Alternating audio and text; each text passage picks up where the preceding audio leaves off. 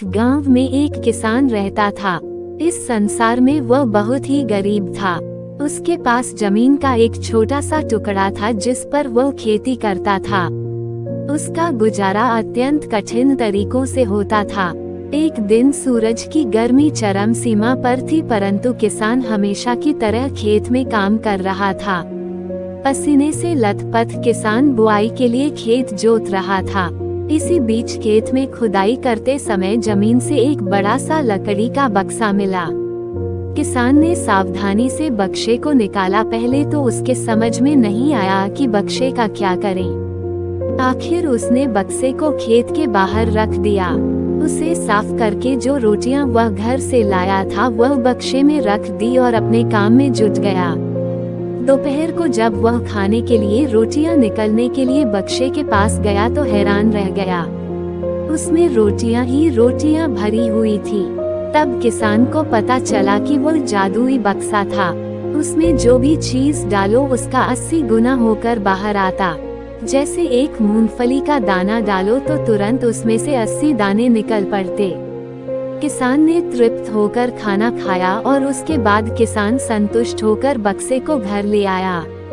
बक्सा मिलने के बाद किसान बहुत खुश था। उसे लगा कि उसके सब दुख अब दूर होंगे।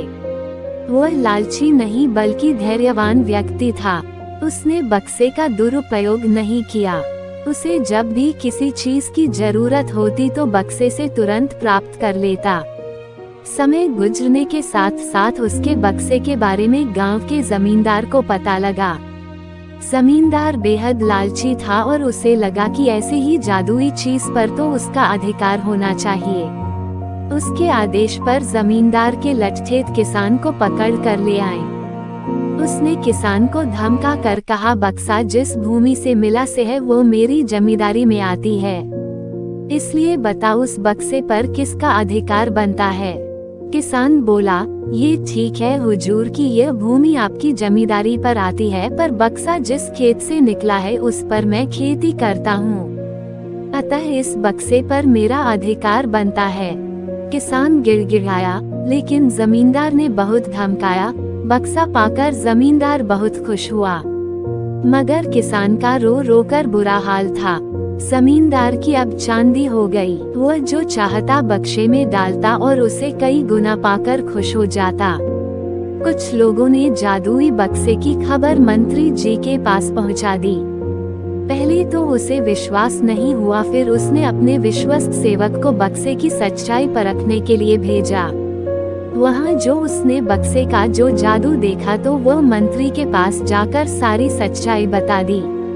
मंत्री ने जमींदार को बुलाया, फिर उसे डराते हुए कहा, हमें पता चला है कि तुम्हारे पास एक जादुई बक्सा है, उसे तुरंत हमारे हवाले कर दो।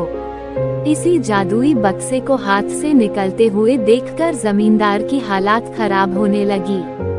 उसने मंत्री जी से बहुत विनती की पर मंत्री नहीं माना। बक्सा पाकर मंत्री मतवाला हो गया। विरोधियों को यह अच्छा मौका मिल गया। उन्होंने बक्से के साथ साथ मंत्री के निकम्मेपन की खबर भी राजा तक पहुंचा दी। बक्से की बात सुनकर राजा अधीर हो उठा।